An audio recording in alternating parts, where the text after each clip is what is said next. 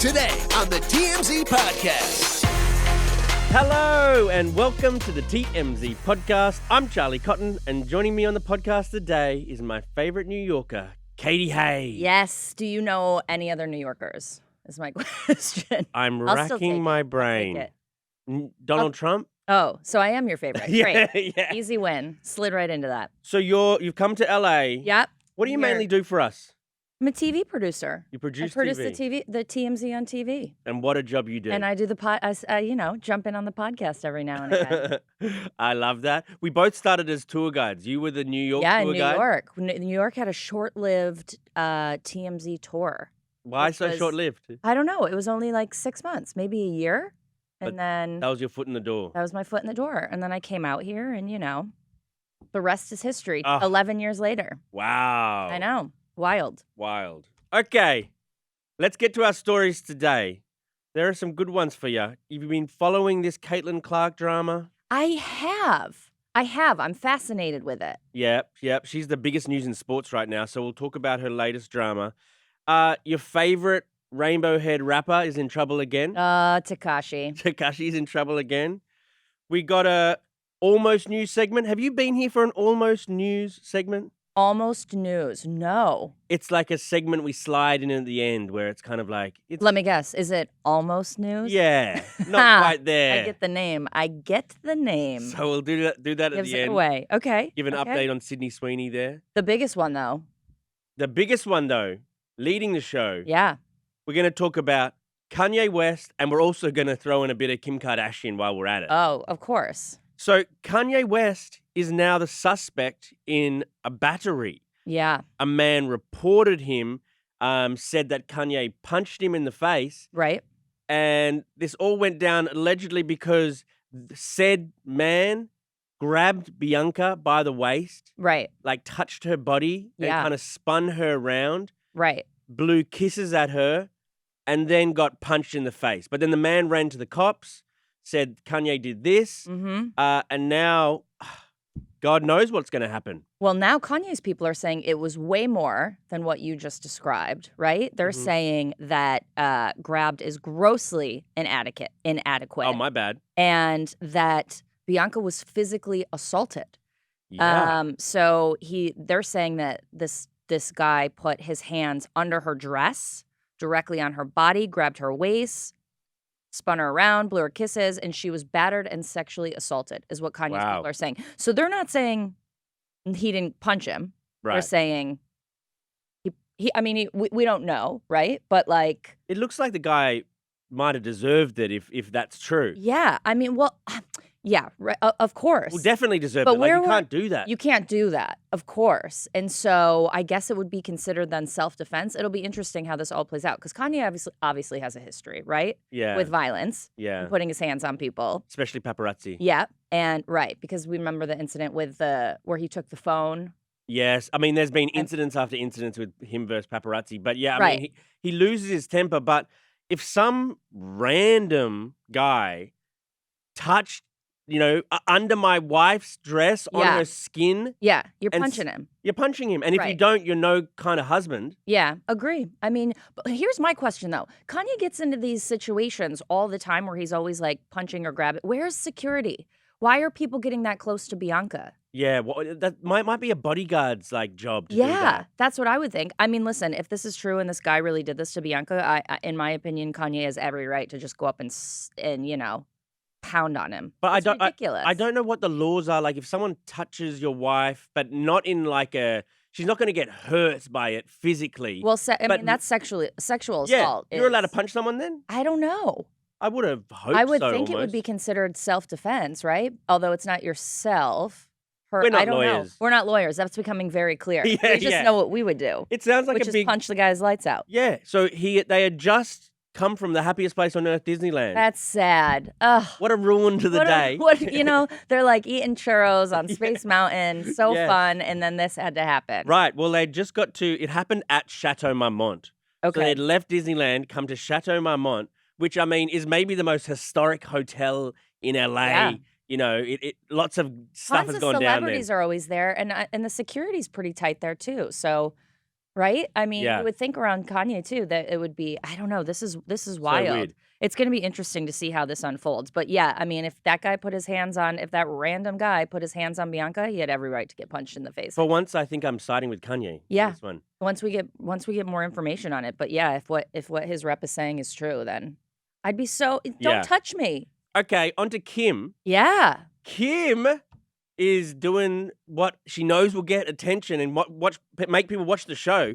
She locked lips with Emma Roberts in American Horror Story, the recent episode. Yeah. So, If there's one way to get viewers, it's ladies kissing. 100%. Like Yeah. that's kind of what got her start, was just like kissing and sexual stuff.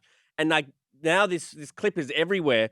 So let me play out the scene for you because Please do describe it in full detail, Charlie. We're all listening. we're not allowed to show it. So I'll just talk slowly. It'll be a bit of ASMR or something. Yeah. So Kim Kardashian kissed her in the front row of like an Oscars scene. They're at the Oscars. Right.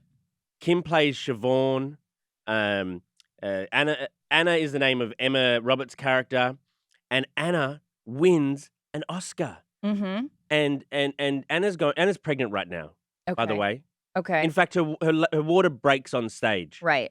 Yeah. But What the drama. We're really setting the scene. But also, this is a terrible setup to a kiss. Right. Someone's water's breaking. How do you even go in? Do you not slip on the? There's a lot. There's a lot going on in this episode. Well, also, a lot. Emma Roberts' character has just been like cheated on by her husband during the pregnancy, so she's in an emotional place. You know, she's pregnant and she's been cheated on by her husband. And there's only one cure.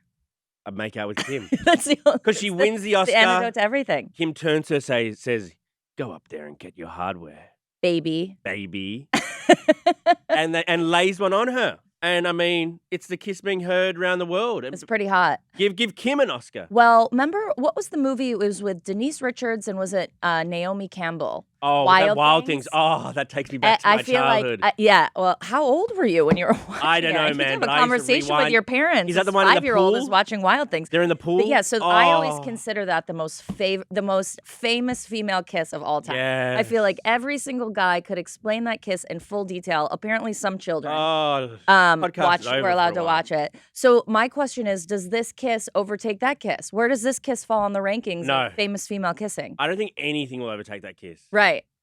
Runner up. Cruel Intentions. Have you seen Cruel? I feel uncomfortable now. We might need to end this podcast early. Okay, let's get on to our I'm next glad there's story. a lot of space between us at this table.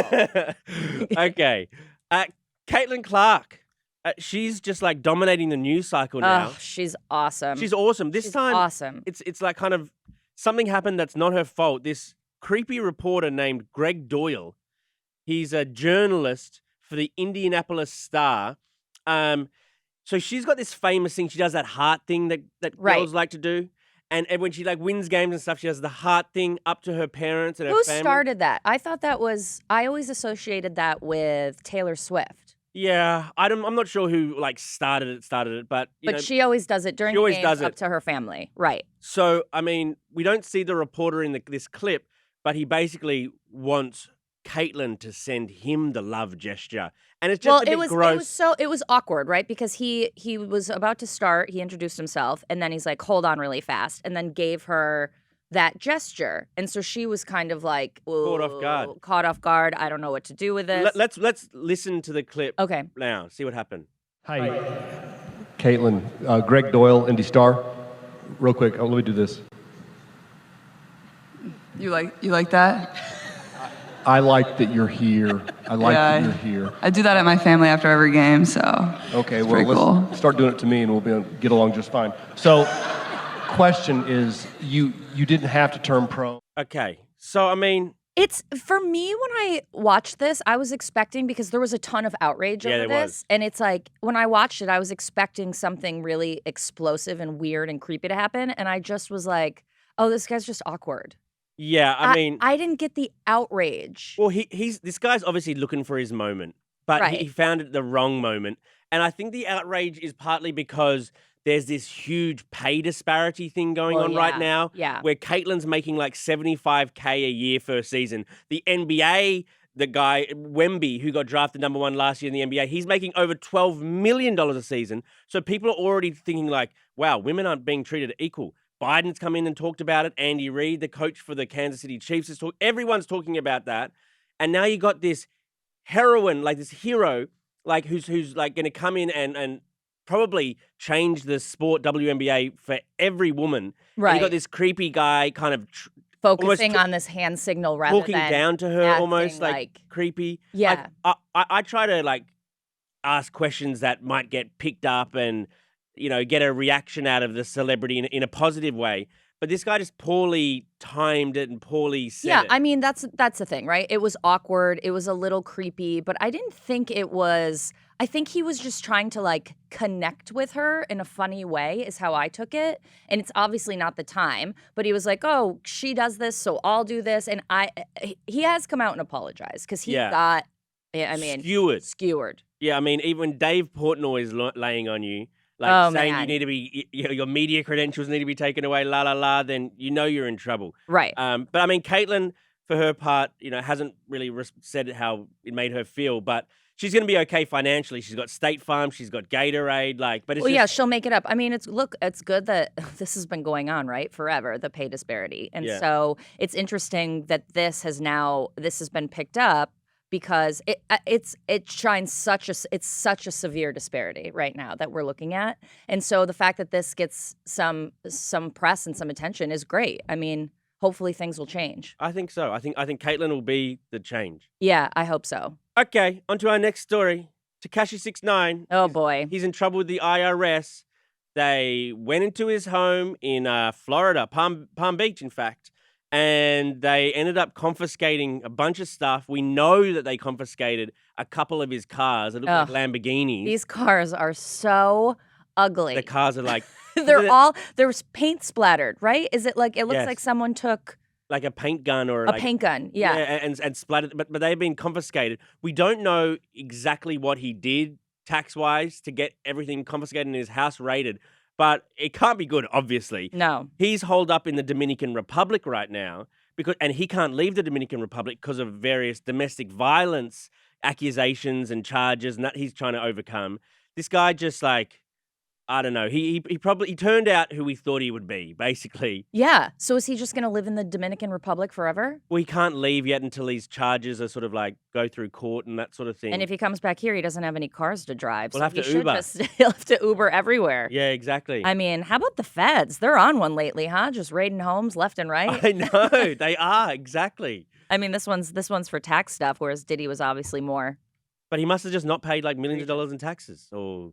Yeah, of course. I mean, if the feds come. So the question is, so if you don't pay your taxes, I'm sure we won't know the answer to this, but I'm going to ask it anyway. Yeah. If you don't pay your taxes and they seize your stuff, what happens to that stuff? Like, do they sell these cars? Who would buy these cars? I'm sure someone will buy these cars, but it'd be probably at a reduced rate because they look awful. Yeah. But I think they have like sales. Do they have like tax sale? Do they have tax sales? Anybody know? Somebody write in and tell us if there's tax If you sales. get some cheap stuff at like some sort of tax, like debt collecting thing. They've got to do something, right? Because that's why they're taking it, unless it's like a repo car and then it gets, parts. I don't know.